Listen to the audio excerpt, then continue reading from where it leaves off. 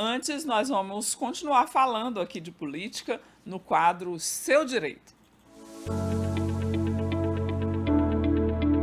Seu direito.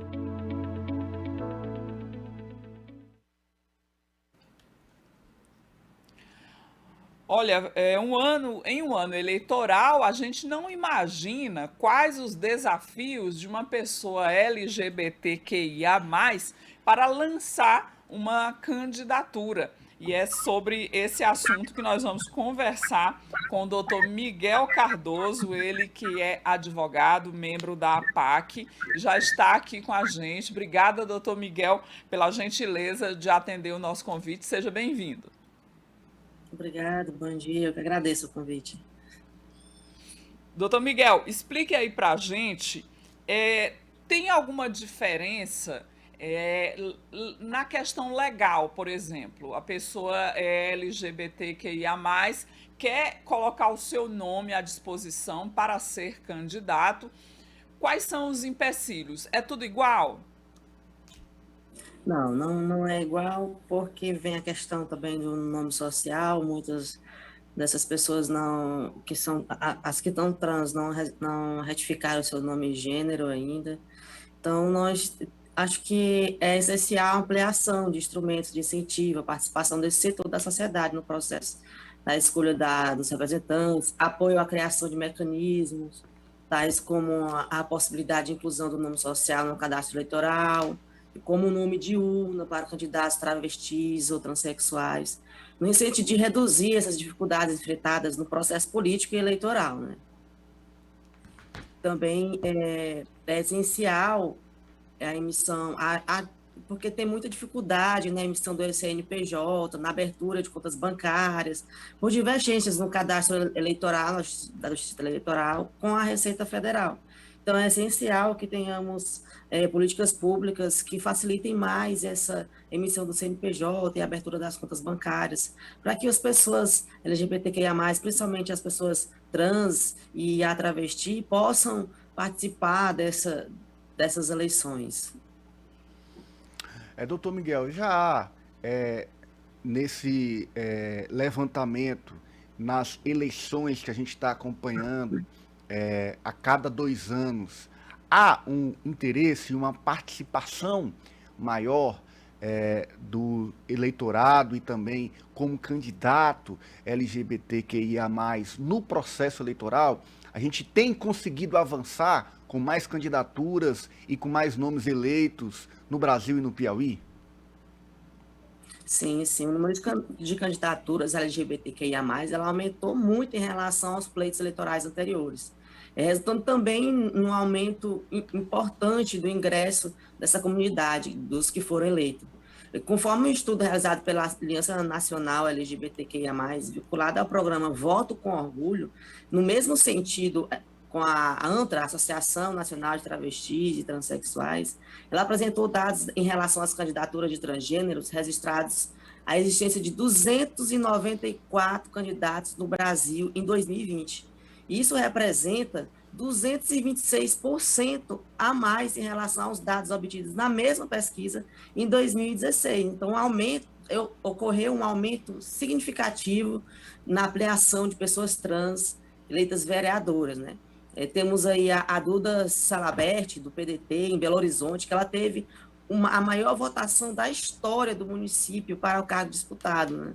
Enquanto em Aracaju, por exemplo, a Linda Brasil, do PSOL, ela realizou a maior votação do pleito na circunscrição para o estado do Poder Legislativo Municipal. Então, temos sim um aumento bem considerável de pessoas LGBTQIA+, participando do pleito eleitoral. Existe ainda alguma resistência, por exemplo, de partidos, doutor Miguel, em aceitar nomes de pessoas LGBTQIA+, ou esse pensamento já está mudando por conta de votações, de grandes votações, como os candidatos aí que o senhor citou agora há pouco?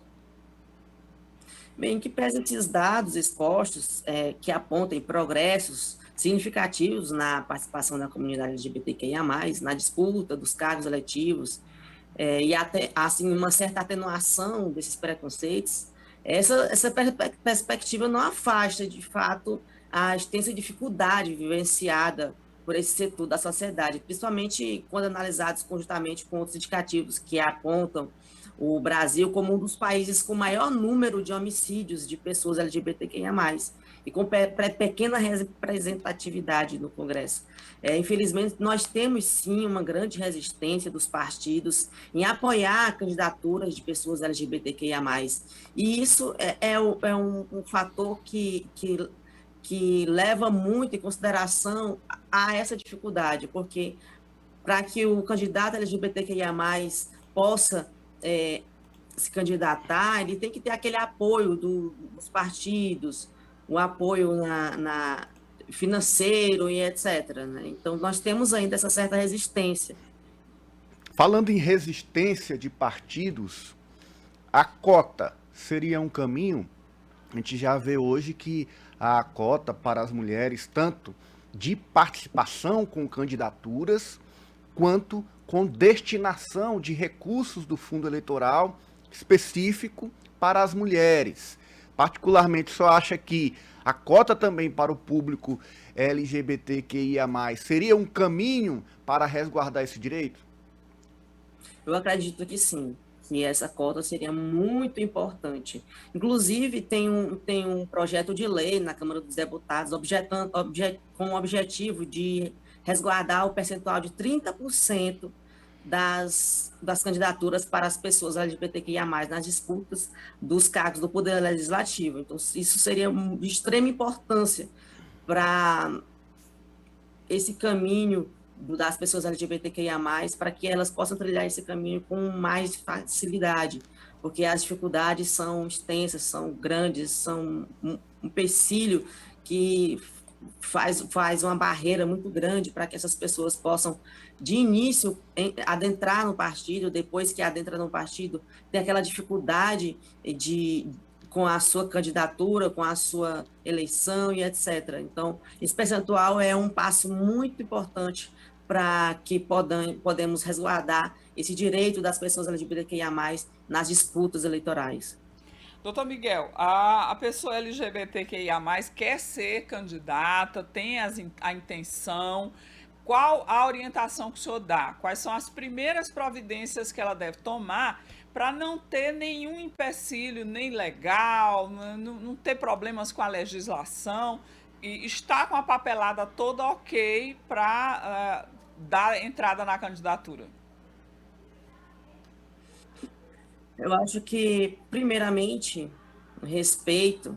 Tem uma frase que eu gosto muito de utilizar, que é o respeito à balança da justiça, né? Acho que o respeito são os princípios basilares do direito. Para você aí que está pensando em se candidatar, e você que é LGBTQIA+, principalmente se você for uma pessoa trans ou uma mulher travesti, acho que, de início, para amenizar um pouco mais essa dificuldade de se inserir na política do Brasil, de fato, retificar o nome e o gênero. Isso já teria já diminuiria bastante a resistência, porque para a pessoa se candidatar, ela tem que abrir o CNPJ, ela tem que abrir uma conta no banco, e se houver essa divergência, como falei anteriormente, essa divergência entre o cadastro eleitoral e a Receita Federal, isso tudo vai se tornando um empecilho, e eles têm prazos, né? Tem prazos específicos para poder fazer todo esse trâmite para poder se candidatar.